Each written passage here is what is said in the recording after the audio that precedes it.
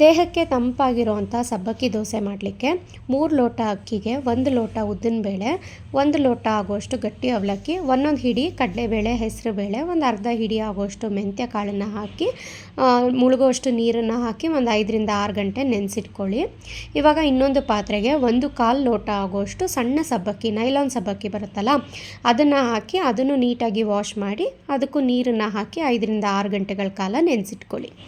ಒಂದು 5 ಗಂಟೆ ಆದ ನಂತರ ಅಕ್ಕಿ ಮತ್ತು ಬೇಳೆ ನೆನೆಸಿರ್ತೀವಲ್ಲ, ಮೊದಲು ಅದನ್ನು ರುಬ್ಬಿ, ಅದಾದ ನಂತರ ಸಬ್ಬಕ್ಕಿ ಏನು ನೆನೆಸಿರ್ತೀವಿ ಅದರಲ್ಲಿ ಅರ್ಧ ಭಾಗ ಆಗೋಷ್ಟು ಮಾತ್ರ ಸಬ್ಬಕ್ಕಿ ನೆಂದಿರೋದನ್ನು ಮಿಕ್ಸಿ ಜಾರಿಗೆ ಹಾಕಿ ಈ ದೋಸೆ ಹಿಟ್ಟಿಗೆ ರುಬ್ಬಿ ಹಾಕಿ, ಇನ್ನು ಅರ್ಧ ಉಳಿದಿದ್ದನ್ನು ನೀರನ್ನು ಬಸಿದ್ಬಿಟ್ಟು ದೋಸೆ ಹಿಟ್ಟಿಗೆ ಹಾಗೆಯೇ ಸೇರಿಸ್ಬೇಕು. ಇದು ಸಬ್ಬಕ್ಕಿ ಸಿಗ್ತಾ ಇರುತ್ತೆ ಬಾಯಿಗೆ ದೋಸೆ ತಿಂತಾ ಇದ್ದಾಗ ಚೆನ್ನಾಗನ್ಸುತ್ತೆ ಸಣ್ಣ ಸಬ್ಬಕ್ಕಿ. ಮುಚ್ಚಳವನ್ನು ಮುಚ್ಚಿ ಇಡೀ ರಾತ್ರಿ ಫರ್ಮೆಂಟ್ ಆಗಲಿಕ್ಕೆ, ಅಂದರೆ ದೋಸೆ ಹಿಟ್ಟು ಹುಳಿ ಬರಲಿಕ್ಕೆ ಬಿಡಬೇಕು. ನೆಕ್ಸ್ಟ್ ಡೇ ಅಷ್ಟರಲ್ಲಿ ನೋಡಿ ಎಷ್ಟು ಚೆನ್ನಾಗಿ ಹುಳಿ ಬಂದಿದೆ ಅಂತ.